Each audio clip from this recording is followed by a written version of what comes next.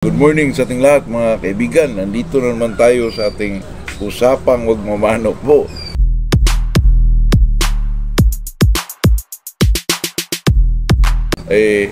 Nung isang araw mga kaibigan, di ba tinatopic natin yung adrenaline rush.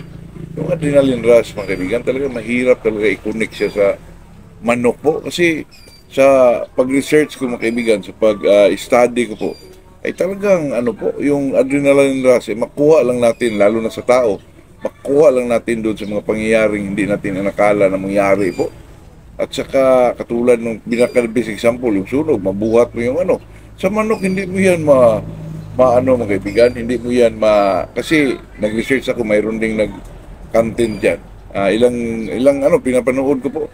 Talagang ang adrenaline rush mga kaibigan, magkuha mo dun sa yung nagulat ba yung isang tao o medyo nagulat. Pinaka main reason dyan ay nagulat o medyo may kinakatakutan. Yung mahirap ipasok sa manok po.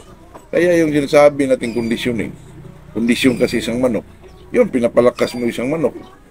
Pinupuwint mo isang manok kung saan talaga ang kaya niyang, nandun siya ang pinakataas na rating ng kanyang palo ba o bilis ba, doon lang tayo mga kaibigan. Pero pag pinapasok natin yung adrenaline rush po, talagang hindi pwede mga kaibigan. Depende na lang yun sa tao nagsasalita at saka sa kanyang pinapasok na, lalo na pag English mga kaibigan, parang matalino pakinggan po. Totoo yan.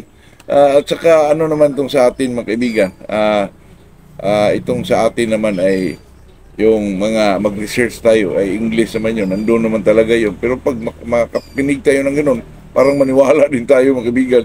Pero sa totoo mga kaibigan, mahirap i-connect yung adrenaline rush po sa yung kinukuha mo yung adrenaline rush mga kaibigan para malakas isang manok, tumibay isang manok. Mahirap po. Mahirap i-connect mga kaibigan. Common sense lang po. Sa atin naman dito ay sa akin lang to mga kaibigan. Baka naman sa iba makuha yung adrenaline rush. Talagang sobrang magaling. Pero sa akin parang hindi pwede mga kaibigan. Kondisyon lang na pinapalakas mo yung isang manok. Pero magbigay ka ng mga vitamins. So lalong para palakasin mo pa.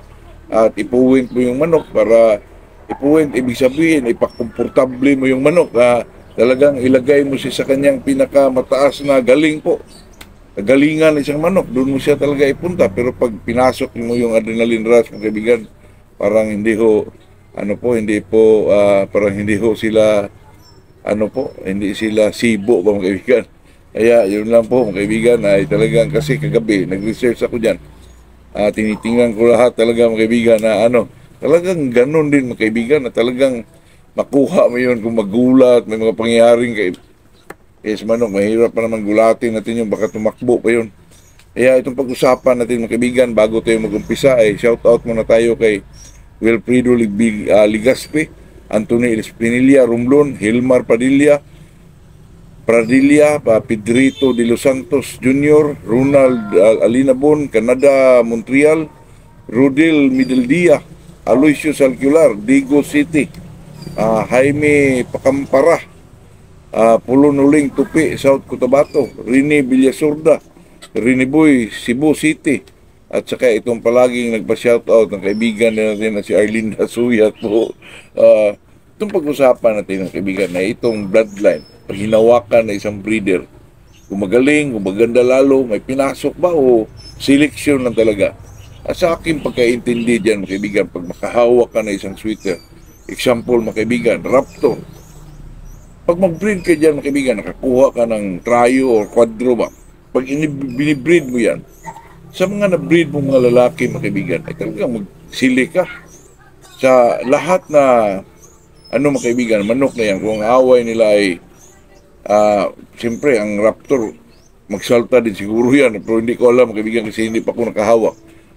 Ipagpalagay na lang natin, ibahin na lang natin, mga kaibigan, ipagpalagay na lang natin na Maclean.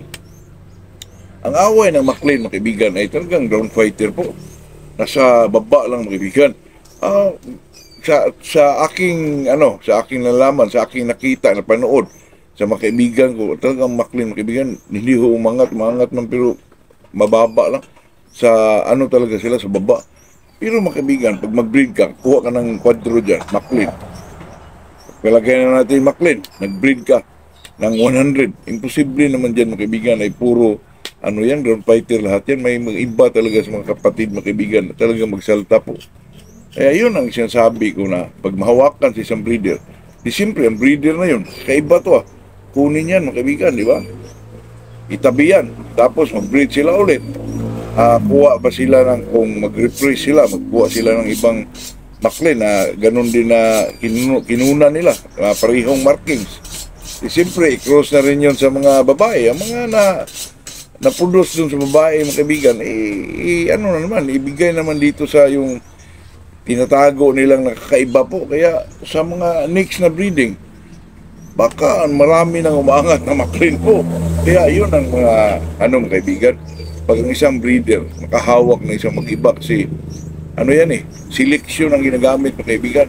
Pero ang iba din, may pinapasok. Depende kasi yun sa breeder mga kaibigan. Pag isang sweater, golden boy, nasa baba lang, malakas pumalo, haluan nila ng Boston, i-breed out. Diba? Gawing 1/8 yung Boston mga kaibigan. Tapos banilik sa golden boy. Di mayroon ng 1/8 mga kaibigan, magtaka ka na. Mangat, umiilag, di ba? Pero yung iba talaga mga kaibigan, na gumaganda yung bloodline isang manok through selection po. Ngayon, ang manok niya ay Maclean. Ang Maclean naman, kilala naman natin sa baba. Tapos, sa sandaan mga kaibigan, mayroon talaga mag-iba. Ganyan talaga sa tao nga mga kaibigan. Magkakapatid, talagang may mag-iba po, kahit 5 lang sila. Talagang may mag-ibang isa po. Kaya sa manok, ganun din yun mga kaibigan. Lalo na mag-breed ka ng 100 o 1,000. Mas lalo na. Imposible naman sa 100 mga kaibigan kung ilang lalaki mapudos ng 60. Grabe naman walang isang umangat. Ayun talaga yun. Kaya yung umangat, talagang itira yung kaibigan. Ibalik na naman doon sa same bloodline na Maclean din. Hindi siyempre makapalabas yung mga kaibigan. Siyempre magmana yung sabi nila magmana daw yung babae. Pero sa akin mga kaibigan, magmana talaga yung anak sa broodcock lalo na sa estilo sa away. Palagay na lang natin magmana sa inain, sa mga babae. Kunin mo yung lahat ng babae. Pakasahan mo ulit sa same bloodline na Maclean. Di, medyo marami-rami na yung lumalabas na magsalta dyan, kaibigan. Kaya magtaka tayo. Ang sabi naman ng ibang breeder, pag ganyan ang estilo, maiba, may pinapasok, hindi po. Kasi ang manok naman mga kaibigan, sa lahat ng binibreed, mayroon talagang mag-iba yan, mag-iba ang kulay, mag-iba ang laro ng laban. Kaya ang breeder naman, na medyo matalinong breeder, ikip niya yung medyo magaling sa mga anak. Tapos, i-breed balik doon sa same bloodline kaibigan. Di, siyempre, puro pa rin yun.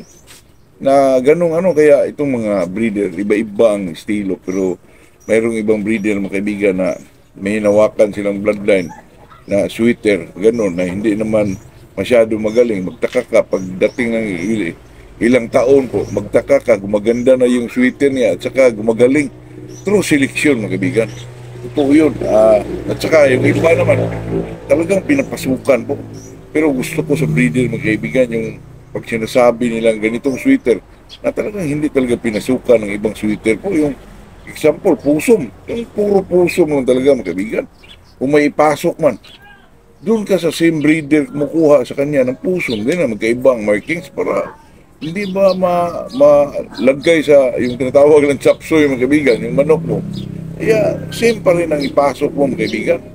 Pero seleksyon na lang ang dagdala nun sa ng iyong manok po. Seleksyon talaga mga kaibigan. Kaya sa atin, lalo na sa tayo mga nasa baba, mga small time na breeder, talagang gano'n ang gawin natin mga kaibigan, na talagang seleksyon ang gawin natin po para ma-maintain. Tapos habang tumatagal ang panahon, lalong gumagaling yung hinahawakan ng bloodline po. Yun lang mga kaibigan, tayo naman dito hindi eksperto.